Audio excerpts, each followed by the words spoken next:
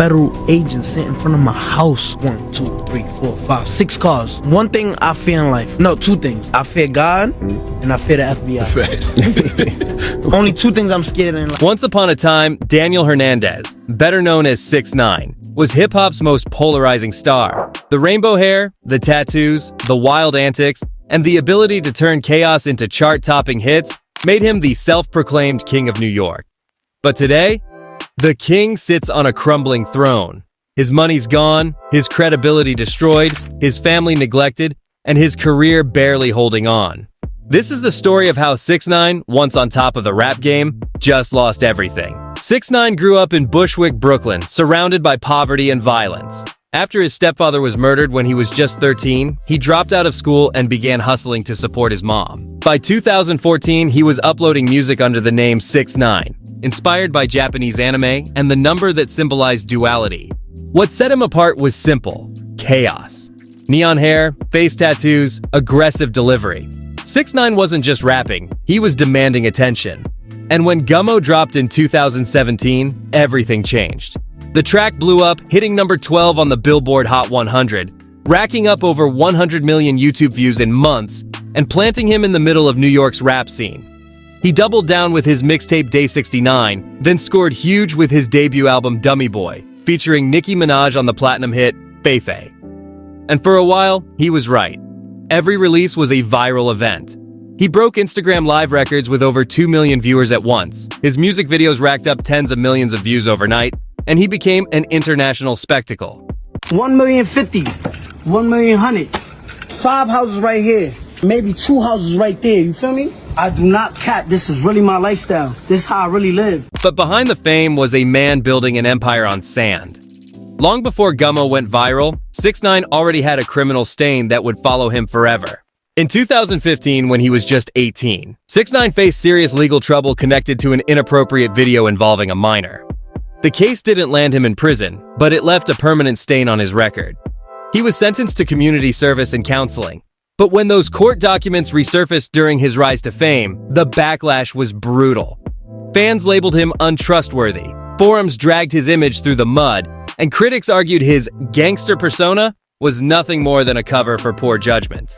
Most artists would have tried to stay low after that, but not 6ix9ine. Instead, he brushed it off, flaunted more cash, and doubled down on controversy. That decision would set the tone for the rest of his career, chasing attention at any cost. From 2017 to 2019, 6ix9ine was everywhere, flexing cars, jewelry, and houses. He showed off fleets of supercars: a Lamborghini Aventador, a Rolls-Royce Wraith, a McLaren, a G-Wagon, a Range Rover. He claimed to have 5 houses. He dropped $500,000 on a chain, another $300,000 on a shark pendant. But like many rappers, it was all smoke and mirrors. Behind the scenes, debts were piling up. Close associate Steve Will Do It later exposed him, revealing that 6ix9ine was broke and begged for advances. Steve even landed him a $2 million streaming deal with Rumble, but 6ix9ine only showed up 4 times before quitting. The money, gone. Worse, he only gave his daughter $2,000 in 5 years while splurging on Birkin bags for his girlfriend. 6ix9ine flaunts money, buys Birkin bags for his girlfriend, yet leaves his daughter Soraya in need, only providing $2,000 over 5 years. What a fake. His neglect sparked outrage. Fans who once idolized his hustler image now saw him as a deadbeat dad flaunting fake wealth. But money wasn't his only problem. 6ix9ine tied himself to the 9 Trey Gangsta Bloods, using their image in his videos to boost his real street cred. Songs like Kuda and Billy weren't just rap, they were confessions. He openly bragged about shootings, robberies, and murders. It didn't take long for the law to catch up.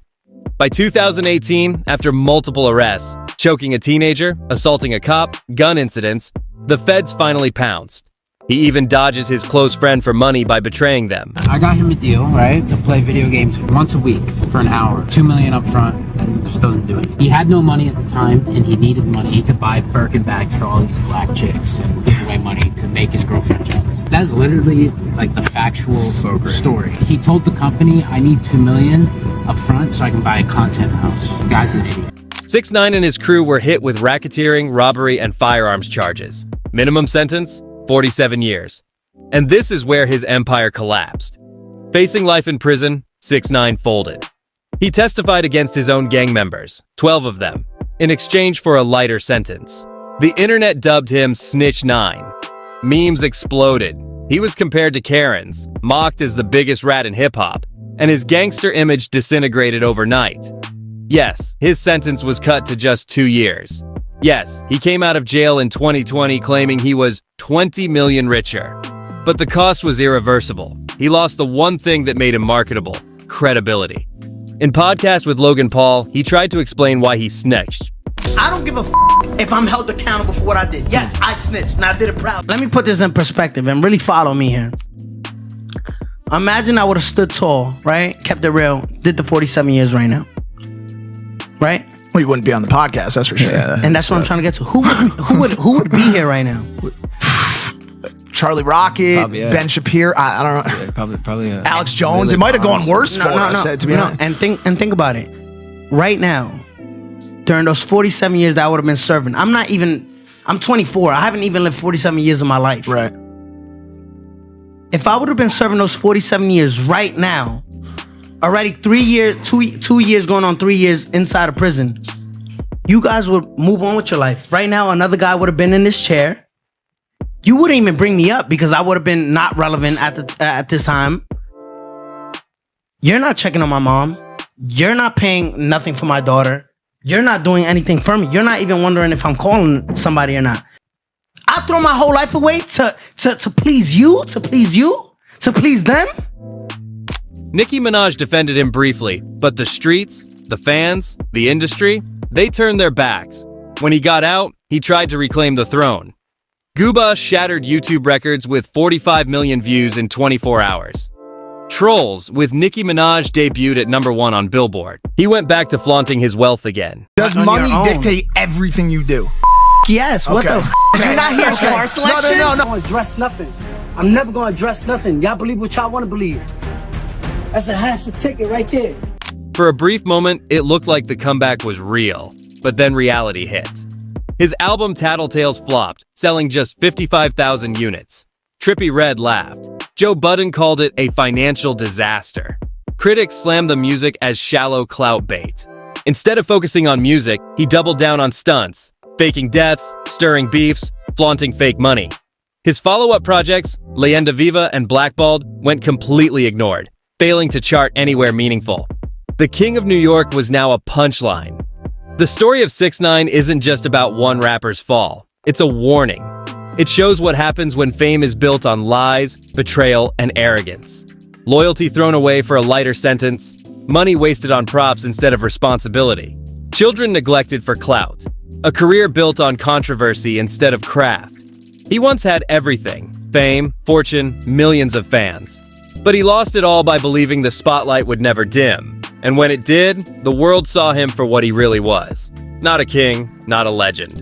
Just another cautionary tale.